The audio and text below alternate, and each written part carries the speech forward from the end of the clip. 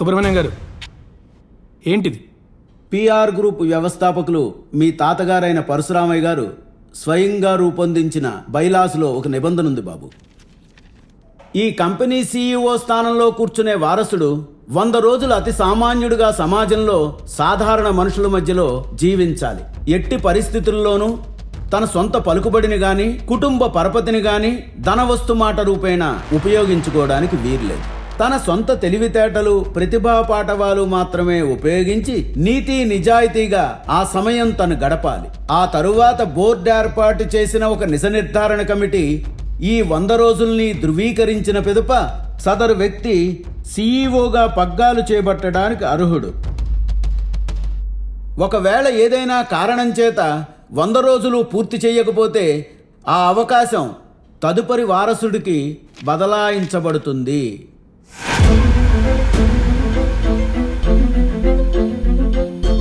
అప్పుడు వెళ్ళిన మీ పెదనాన్న రఘురాం కోసం వెతకని చోటు తిరగని ఊరు లేదు. ఆయన జాడ తెలియని కారణంగా ఆ సీఈఓ బాధ్యతని మీ నాన్నగారైన ఆదిత్యరామ్ గారు తీసుకున్నారు. అదే రోజు ఆ నిబంధనని తొలగించారు, కానీ డాక్యుమెంటెడ్ రిజల్యూషన్ చేయలేదు. ఇప్పుడు మీ పెద్దమ్మ గారు ఆ రూల్ని కొనసాగించాల్సిందేనని పట్టుబడుతున్నారు. ఈ కండిషన్ నాకు okay.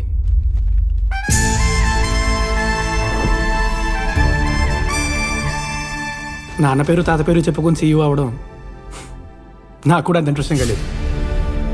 This bylaw must be the qualification. Ram, నేను చెప్పేది విను. ఇదంతా పెద్ద కుట్ర. 100 రోజులు డిస్గైజ్లో ఉండడం అంటే అంత ఈజీ కాదు. నిన్నెలాగైనా ఇందులో ఇరికించి ఈ కండిషన్లో నువ్వు ఫెయిల్ అయ్యేలా చేసి తన కొడుకుని సీఈఓ చేసుకోవాలనేదే ఆవిడ గారి ప్లాన్. కర్మణ్యే వాధికారస్తే మా ఫలేషు కదాచన మా కర్మ ఫలహే తూర్పు మాతే సంగోస్త్వ కర్మణి. పని చేసే వరకే మనిషికి అధికారం ఉంది, దాని ఫలితం మీద కాదు మావయ్య. Don't do this. ఒక తండ్రిగా చెప్తున్నాను, నా మాట విను ప్లీజ్. ఒక యుగంలో నాన్న మాట విన్న రాముడు దేవుడైతే మరో యుగంలో నాన్న మాట వినని ప్రహ్లాదుడు మహనీయుడయ్యాడు. ఇక్కడ మాట కాదు నాన్న, ధర్మం ముఖ్యం. నన్ను వెళ్ళనివ్వండి. సబాష్. పరదేశంలో పిజ్జాలు బర్గర్లు తిని పప్పులా ఉంటావు అనుకున్నా. పర్లేదు, స్మార్ట్గానే ఉన్నావు. ఇక తండ్రి కొడుకులు ఇంటికెళ్ళి బాగా ఆలోచించుకుని మంచి ముహూర్తం పెట్టుకోండి. ప్లాన్లు వేసుకొని వ్యూహాలు పన్నడానికి తాత పెట్టిన కండిషన్ బరువు కాదు, బాధ్యత. అయినా మంచి పని చేయడానికి ముహూర్తాలు ఎందుకు పెద్దమ్మ?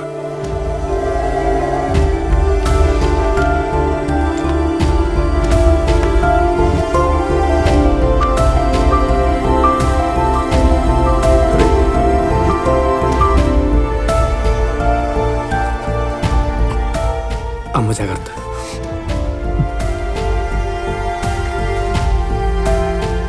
ఈరోజు జనవరి 10, సరిగ్గా 100 రోజులు. అంటే ఏప్రిల్ 20వ తేదీ వరకు నువ్వు ఎవరికీ కనపడకూడదు.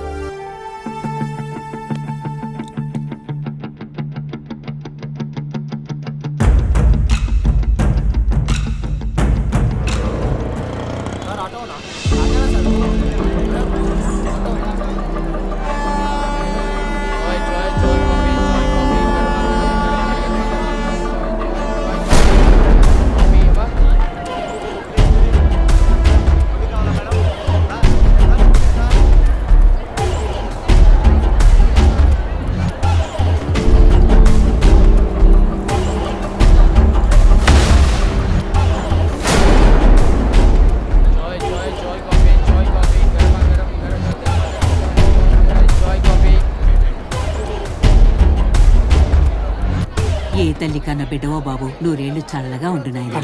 కూర్చోండి.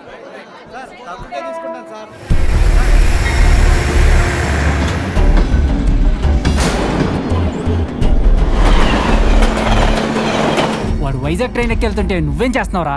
అది ఇడ్లీ తింటున్నా అన్న. ఇడ్లీ చేస్తన్నా. అభి, స్లో డౌన్. వాడు అరుదైన పక్షిరా. పంజరంలో ఉన్నంత వరకే సేఫ్టీ. బయటికి ఎగిరాడు, ఇక దినదిన గంటమే. ఇంత చిన్న ప్రపంచంలో వాడెక్కడికి పోతాడు? వైజాగ్ స్టే రమేష్కి ఫోన్ చేయి.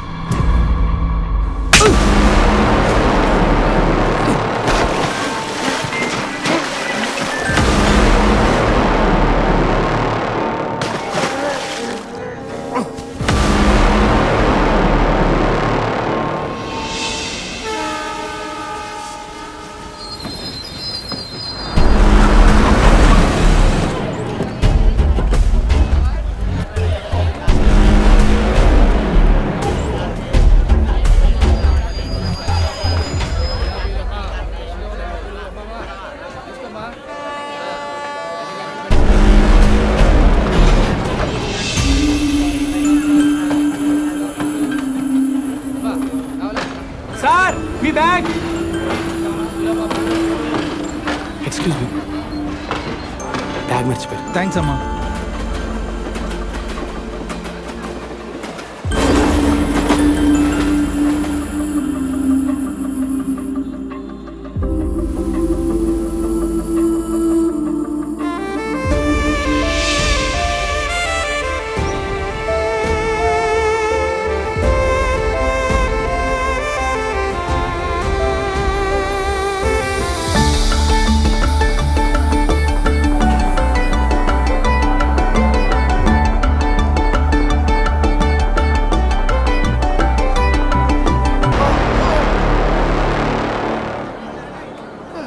రే ముసలోడా, మళ్ళీ లోపలికి అడుగు పెట్టావంటే నీ 2 కాళ్ళు ఎరగొట్టి పొయ్యిలో పెడతా. ఇప్పుడు వెళ్ళి ఎవడు చెప్పుకుంటావు చెప్పుకో.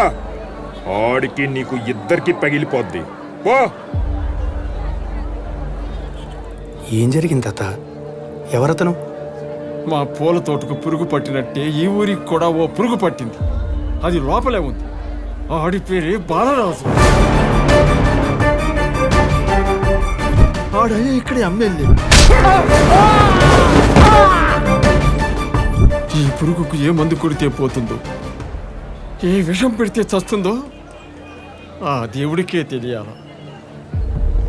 వస్తా బాబు, వస్తా. ఎన్నిసార్లు చెప్పాలరా? మీ అందరికి అదే చివరి రే రే రే. ఇష్టమైతే అమ్ముకోండి, లేకపోతే తీసుకెళ్ళిపోండి. అట్టగంటే అట్టగయ్యా, మిమ్మల్ని నమ్ముకొని పంట పండిస్తున్నాం. పక్కూరోళ్ళకి కూడా మంచి రేటు వస్తుందంట. మాకేమో 2 పూట్ల తినడానికి కూడా సాలట్లేదయ్యా. మేము ఇంక సాగు చేయలేం. ఏ కూలోనాలో చేసుకుని బతుకుతామయ్యా. అరే నీ మనవరాలు పెద్ద మనిషి అయిందంటగా. మరి దాని ఫంక్షన్కి పూలు అవసరమే కదరా. అప్పుడెలా? నీ పెళ్ళం పూజ చేయడానికి, నీ అక్క తల్లో పెట్టుకోవడానికి అన్నిటికీ పూలు అవసరమే కదరా. ఓ పని చేద్దాం, అందరినీ నా దగ్గరికి పంపించండి. పువ్వుల్లో పెట్టుకొని చూసుకుంటా.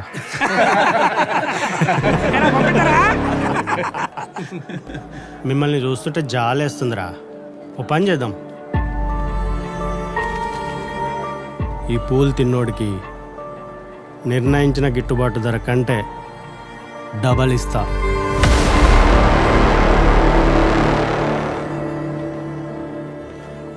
పోనీ 3 ఇస్తా. రే, అవి పురుగుల ముందు కొట్టిన పూలురా.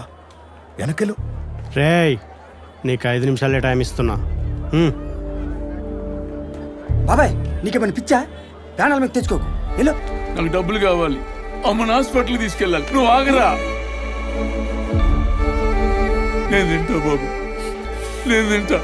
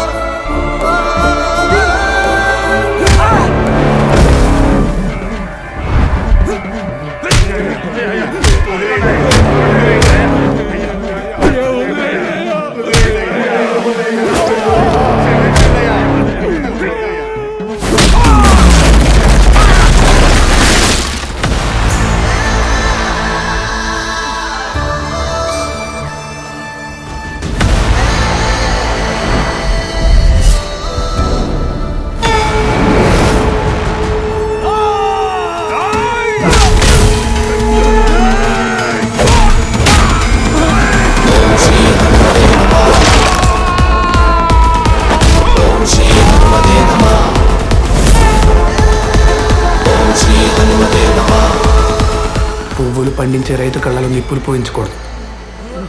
భూమికి అంత మంచిది కాదు. వాళ్ళకి రావాల్సిన సెటిల్ చేసి పంపించే. ఓకేనా?